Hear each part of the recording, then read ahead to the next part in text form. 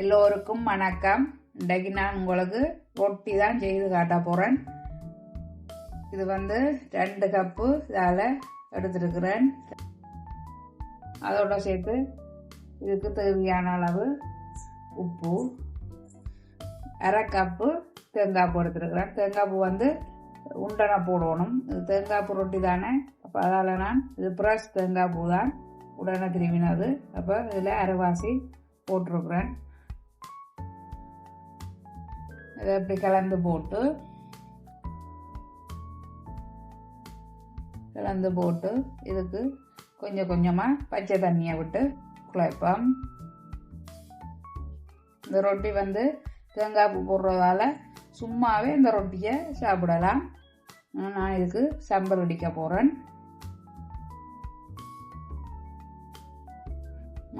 கோதுமை மா தான் எடுத்துருக்கிறேன்.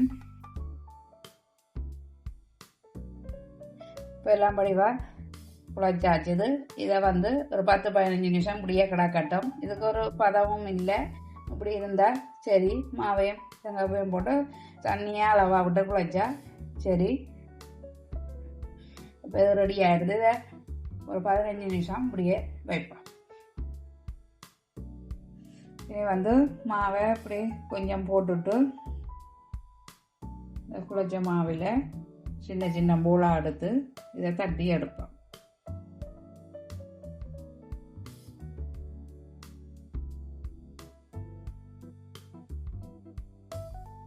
இப்படி அகலம் மொத்தமாக இருக்கக்கூடாது.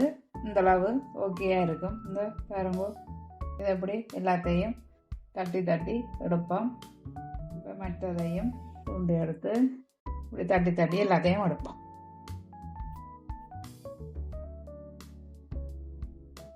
எல்லாத்தையும் எடுப்போம்.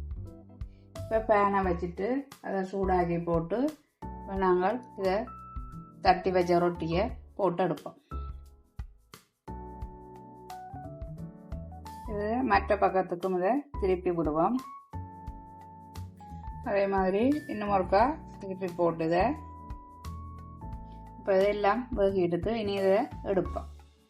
எடுத்து தட்டுக்கு மாற்றி போட்டு இனி தட்டி வச்ச எல்லா ரொட்டிகளையும் போட்டு எடுப்போம்.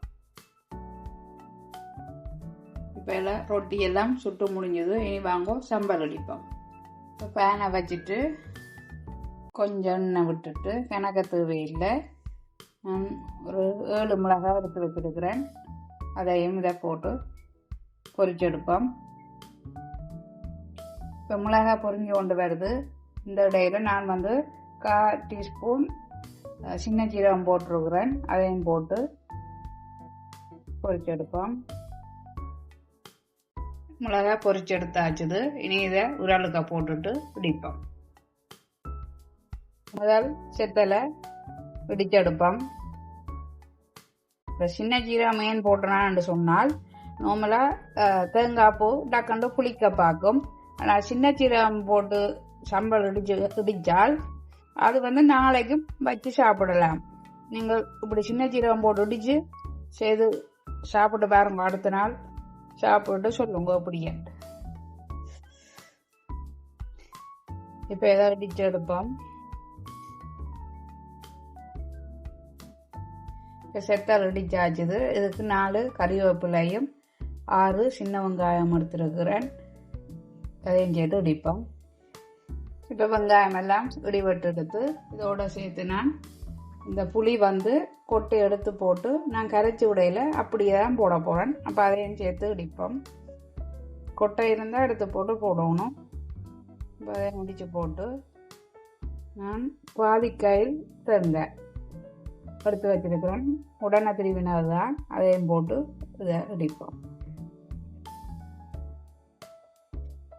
கடைசியாக இதுக்கு தேவையான அளவு உப்பு அதையும் போட்டு இடிப்போம்.